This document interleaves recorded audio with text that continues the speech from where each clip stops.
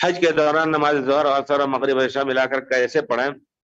حج کے دوران میں آپ کب ہوں گے؟ 8 ذی الحجہ سے لے کر کے 9 ذی الحجہ کی صبح تک آپ کو کہاں رہنا ہے؟ منی میں. تو منی میں ہر صلات، ظہر کی صلات ظہر کے وقت 2 رکعت، عصر کی اذان ہوگی عصر کے وقت آپ 2 رکعت پڑھیں گے، اور اسی طرح مغرب کی 3 رکعت سنت نہیں پڑھنی ہے، عشاء کی نماز عشاء کے وقت اپنے ٹائم پہ.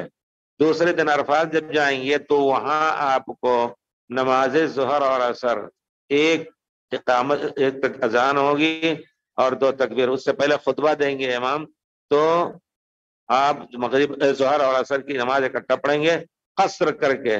آپ کے مذہب حنفی میں جائز نہیں ہے، جو سب بہت برا غلط مسئلہ ہے، سنت رسول کے خلاف ہے. اور مغرب و عشاء ملا کر کیسے پڑھیں؟ اکٹھا. جب بھی آپ دن ڈوبنے کے بعد عرفات میں، مغرب کا وقت آج نہیں ہوا، آج وقت ہوا کہ آپ وہاں سے نکل جائیں مغرب کے بعد، اور جب بھی مزدلفہ پہنچیں 12 بجے سے پہلے، تو وہاں آپ اذان دلائیں. اگرچہ اذان دے کے لوگ پڑھ اڑ چکے ہوں، آپ بھی اذان دیں، کوئی بھولا بہت بھٹکا ہوا آ جائے گا. نہیں تو آپ مغرب کی نماز پڑھیں، اس کے بعد فوراً تو دوسری تکبیر سے عشاء کی نماز پڑھیں. وتر پڑھیں یا نہ پڑھیں، انشاءاللہ دونوں جائز ہے.